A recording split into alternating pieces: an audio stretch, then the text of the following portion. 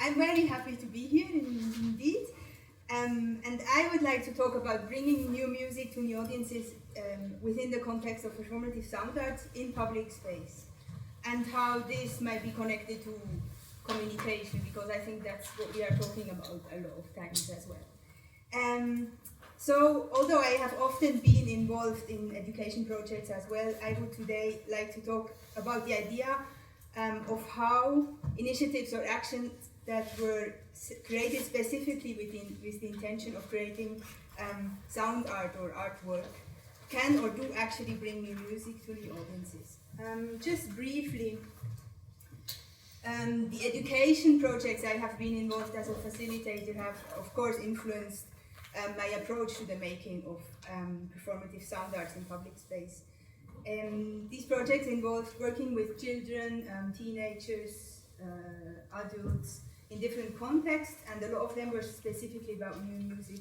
So the first one is a hardware hacking workshop for teachers, school teachers mostly, involved in Beidler, Germany, where we used electronics and old electronic devices and soldering to make instruments.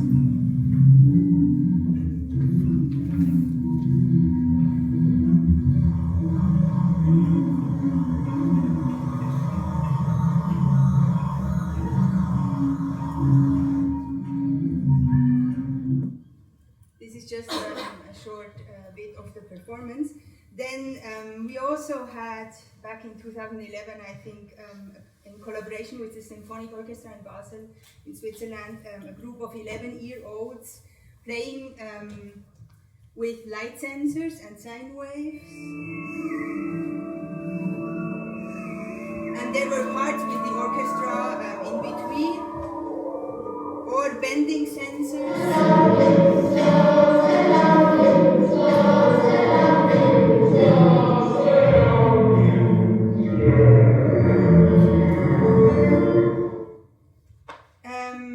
I also once did a workshop with people in a reintegration program who had drug dependence problems, and we built instruments from found objects and did a performance after composition rules from John Cage, kind of adapted. And the last one, where there's people lying on the floor, this is Stadtereignisse, which translates to urban incidents, which was educational project about public space with young people, with teenagers as well, in Switzerland.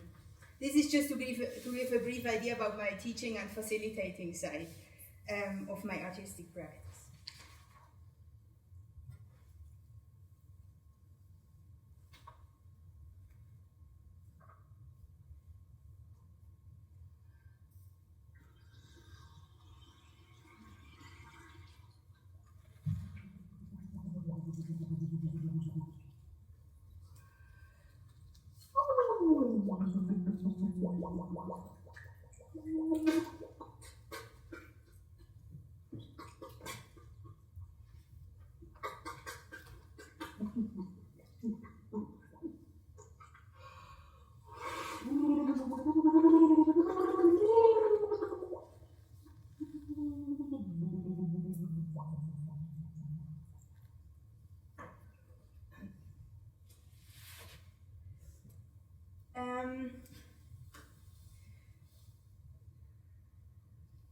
Smoke Underwater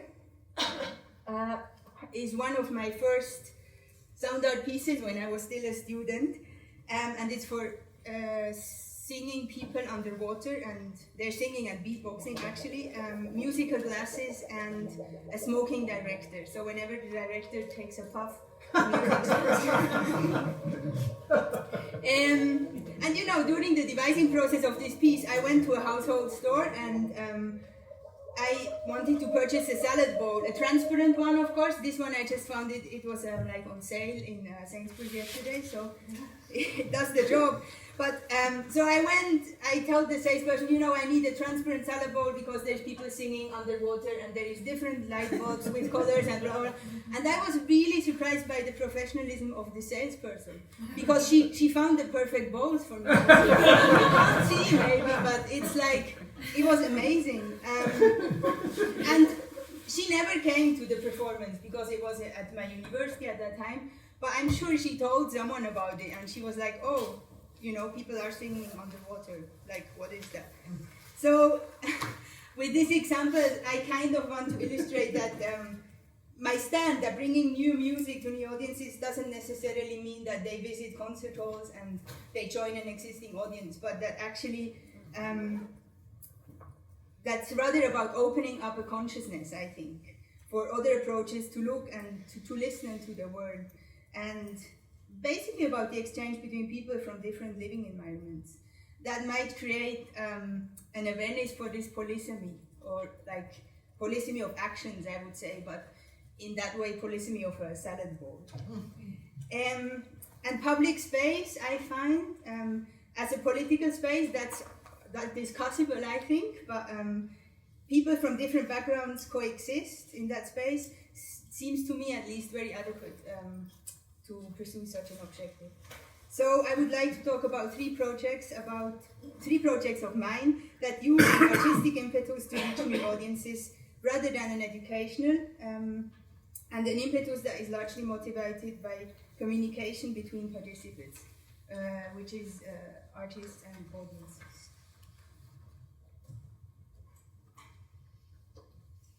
In 2013, I organized an action, we called it, in Beijing, China, with our collective-based project AOD, Art on Demand, which was founded in 2013 as well during a residency in Finland. In Beijing, besides me, participating artists were Noah Schenk, a conceptual artist from the USA, and Wang Xi, a mime actor from around, not from Beijing itself, but close. With the AOD mobile, we called it, this tricycle, we strolled around the village on the outskirts of Beijing and let people choose different artistic performances from the menu that were immediately delivered, that means like performed at their homes or shops. And my contribution consisted of an on-site composition out of recorded sounds at people's shops or homes, which I handed to them as an MP3 file. So I think I recorded and then I set myself, I think 9 minutes to make a composition, and it was given to them.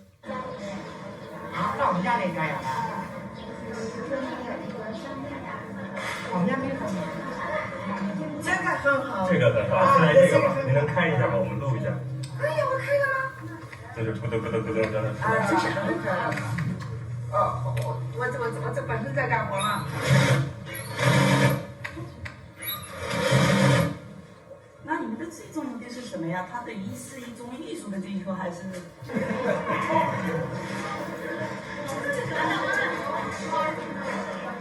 ？So the audience in that case consisted of poor former rural residents from low social classes with a low literacy rate and who had immigrated to Beijing in seek of work.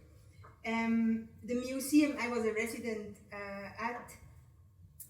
at the time stood out in that area as an enclave of foreign and of the other, in a way, an emblem for how people viewed art, a thing they were denied access to, something outside their daily life, basically. But it was still there physically. The museum was very present. With AOD, we broke through that invisible, or more or less invisible wall by taking the art production out of the museum walls or sound art out of the concert venue and invading the living space of the residents. And I think that the outskirts of Beijing as a transit area of a growing city, being a liminal space itself, AOD kind of amplified this character of liminality and precariousness precisely because it weakened the delimitation between two neighboring places. And also focusing on the specific demographics of this place through the lens of sound art, showed the inhabitants' relation to it and at the same time offered an opportunity for them to revise their understanding of it.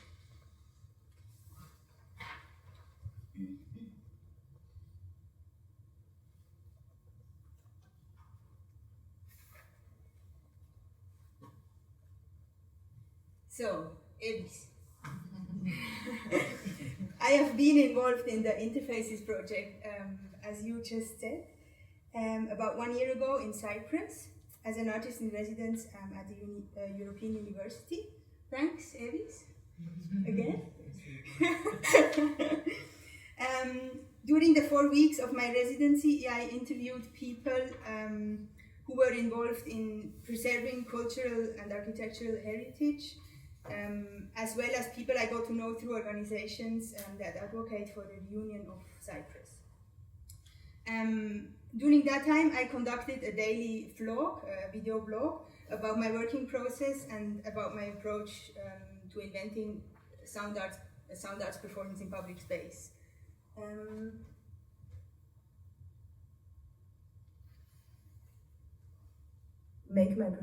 do my performance, and I took a couple of these loudspeakers with me, just with some sounds on it basically, and I crossed the border carrying them, and I put them in the places I think I want to put them during my performance as well. Just to for them to get acquainted with the place really, and for the place to get to know the loudspeakers, and of course for me to see how it feels. So anyway, so every day I would make, and then I was just sitting there as well. Now it's me. I would make a 3 to 8 minute, or sometimes even 10 minutes vlog, and put it on YouTube. Just talking about what I had read, with whom I had met, and what progress I had made, but also really about like compositional things, you know, like about music. I would also show the speakers or even play music sometimes. And of course also about like the creative crises, so the 4 weeks, so you could see like I got to a point where I had no idea what I was doing, and so I would like make it transparent. The idea of this vlog was really to document, but also to kind of demystify the process of composing in a way.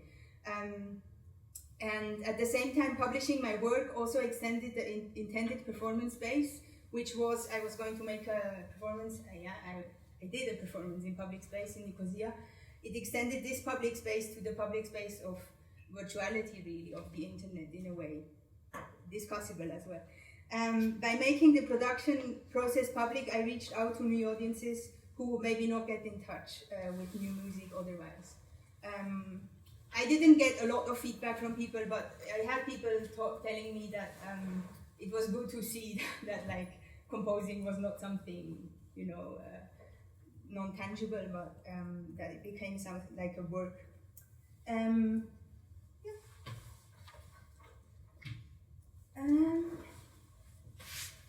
For the performative experiment Carrying Cities, towards the end of my residency, I placed several portable loudspeakers, the ones you saw in the first picture, on each side of the Lidra street border crossing, the oldest crossing through the UN Condor buffer zone in Nicosia.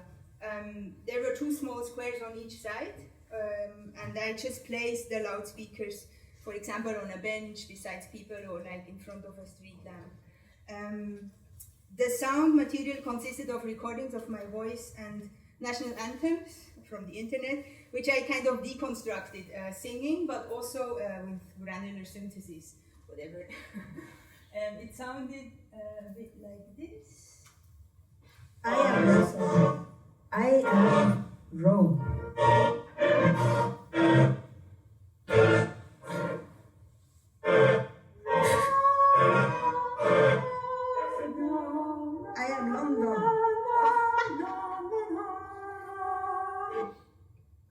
Then during around, so these sounds were on about, I had 20 loudspeakers maybe, or 15.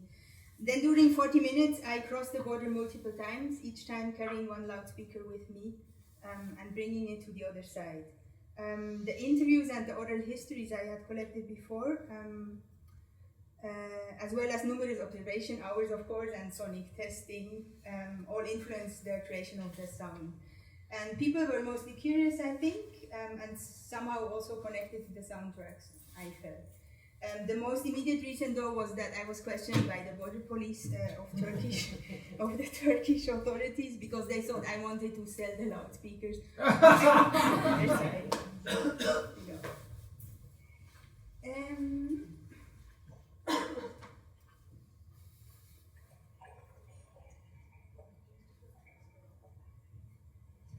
This work was developed in collaboration with the collective Il Flotta, Nika Giuliani and Andrea Axel, and we were commissioned to do work for the 50th anniversary of the Botanical Gardens in Basel, Switzerland. So this event was intended to be an outdoor summer celebration, attracting casual visitors rather than a traditional sound arts audience. Orbeide stands for eared willow, which is a tree we found close to this river, which gave the name to the work. The sound is again made from recordings of my voice with minimal electronic modifications just to place it in the playback environment.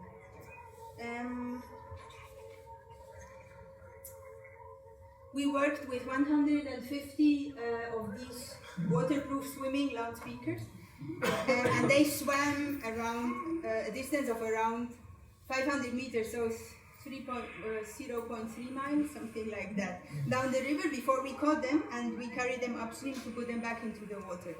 And the installation was running during 8 hours on one day.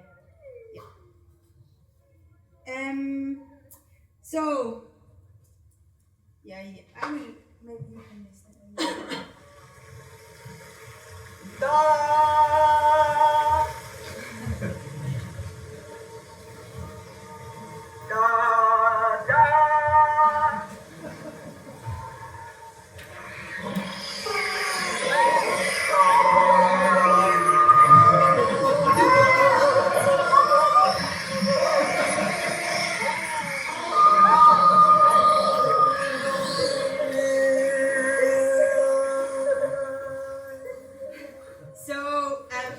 I was working there, as you see, like biking and praying and pushing the pen back into the water. And I had the shirt of the Botanical Gardens, so no one knew that I was part of the artistic group.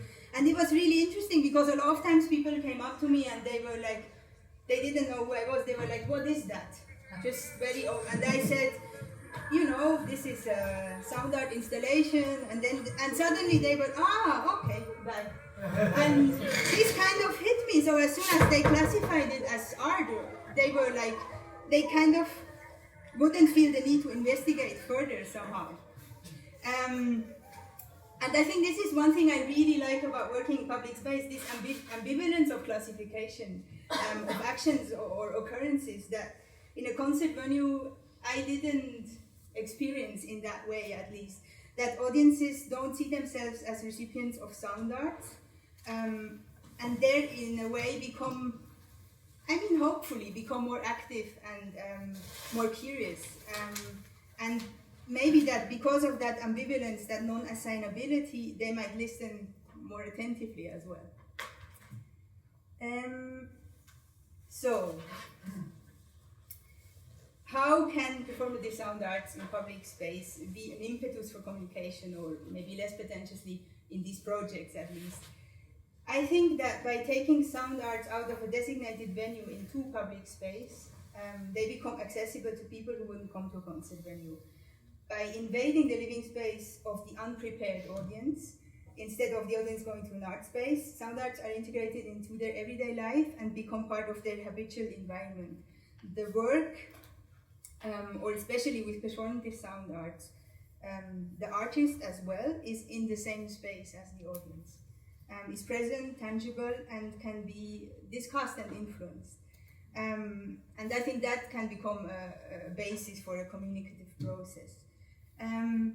Also, this ambivalence of classification in public space is an impetus to think, investigate, and ask questions. And I think sounds in a greatly visually dominated environment we live in, I feel. Sound is hitting people on a kind of pre-conscious level, like hitting the flesh, Merleau-Ponty would say, And I think this is a very subtle prompt to make someone listen closer or think, in a way.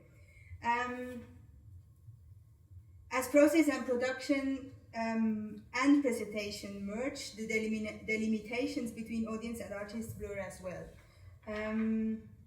Involving participants in the artistic process, be it through making the composition process public or basing the work upon noises recording in the shop of the audience, or upon oral histories collected in interviews prior to the artwork or to the presentation. So involving participants in the artistic process makes them part of the artwork because they discover themselves or aspects of their surrounding environment in the work. They have a stronger affiliation and easier access to it, and hopefully feel more entitled to talk about what they hear. So as I said, I would argue that even the purchase of not this one, but a nicer, more adequate salad bowl for underwater singing is a first step towards communication in a way. Because it carries the art making out into a household supply store. And thus, at least, partly demystifies it. To be a composer today, I feel the need to connect my making to the world by communicating with others. Or I really like what Nicolas Bourriot says, that the artistic practice resides in the invention of relations between consciousness. This is why I would call myself Composer Plus. Because I compose and I communicate, like a homo viator, like a traveling human who temporarily en route somewhere and into different territories and communicates. So my practice becomes based on encounters, and that's how I think that sound art in public space might be an impetus for communication. Great, thank you.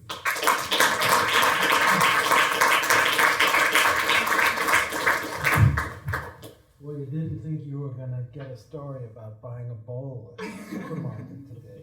Who has a question for Lilian?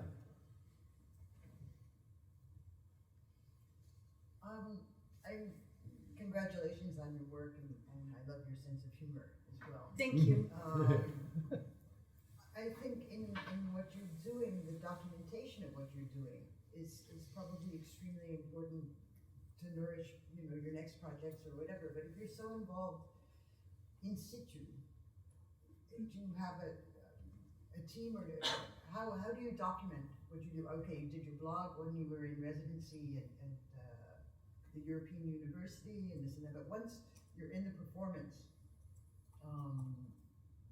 is that being documented as well? I'm not sure if I understand your question right, but I mean, mostly documentation is done by others. So, for example, University of Cyprus was kind enough to have a documenter come in. And the park, for example, we were just seeing the. We had a videographer, yeah. We had. We see the speakers, but we're not seeing really the interaction with. I know, yeah. Yeah, he didn't capture that. That's true. We felt very bad about this as well. Because that's. Yeah, exactly. Essential information. Mm-hmm. That's a theme that's come up more than once today. Getting the notion of what the experience is and to what extent people would like to engage with these things. We'll come back to that later. Anybody else? They were all overwhelmed. Steve, go ahead. Where did you find those waterproof speakers?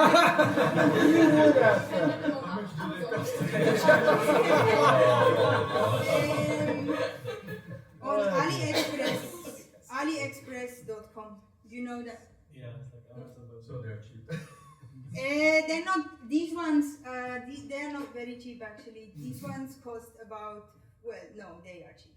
£15 a piece, I think, something like that. And you had 150 of them. Yeah, this project was funded, so we had. Yeah, she's in Switzerland then, it was okay. No, this was a commission based. Yeah, this sure. was not an experiment. This was like a commission work. Yeah. But it's great to get an opportunity to do a piece in the Botanical Garden, I would think. Absolutely amazing. Okay, yes.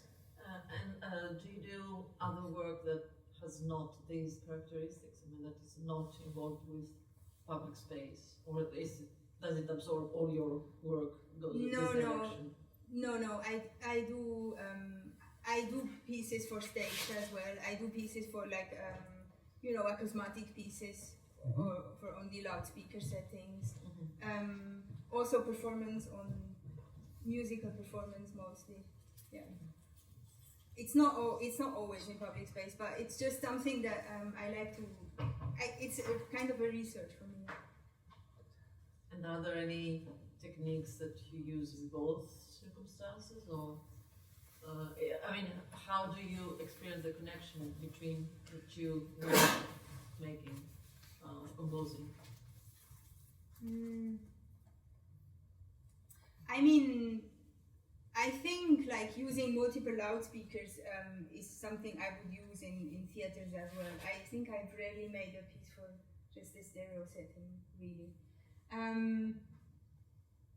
And then, of course, I think the next or the second talk we hear will be about durational sound arts, which of course this the piece in the Botanical Gardens was during 8 hours. It was a loop of 2, so one composition was 2 hours long. So it was like a long duration, which I might use or have done before in installative environments in spaces, for example, you know. But I think what mostly changed when I started to work site-specifically, and site-specific means also involving oral histories from people who live in a space. I think this is the greatest aspect that changed, that I'm also now a lot of times when I'm working in public space. I was in Gozo, Malta 2 weeks ago, and I talked to a lot of women from Malta and then did an experiment in public space as well. So I think this narrative side has become much more stronger when working outside of a concert venue, because you just can't, because it's just there, you know. People live in spaces usually, or in places. You need to connect. Exactly. Composer plus, yeah. Okay, wonderful. Well, that's got us. Oh, sorry. Sorry. I do. One more maybe. When you create a composition like that and you have those many speakers, do you actually schedule which one comes after each other, or do you leave a lot to just spontaneously of which one you put next? Yeah, I did performances in theater spaces where everyone carried a loudspeaker, so they had to switch on the day. We were like 3, 2, 1, and everyone had to switch on so the piece could be played simultaneously. This one, we had just 150 speakers. We were 3 people working, and we would say go, and then as quick as possible switch them on. So they were about 5 minutes apart, but that was the concept. They needed to be like exactly. They were not synchronized. No. You can use them with Bluetooth for the technical side, but we wouldn't dare using Bluetooth with a lot of people with their mobile phones working around. Like, no. So this is SD cards and loops. This could be some participation art that you don't plan. Yeah. This will be my next project. Great. Well, thank you ever so much. That was wonderful.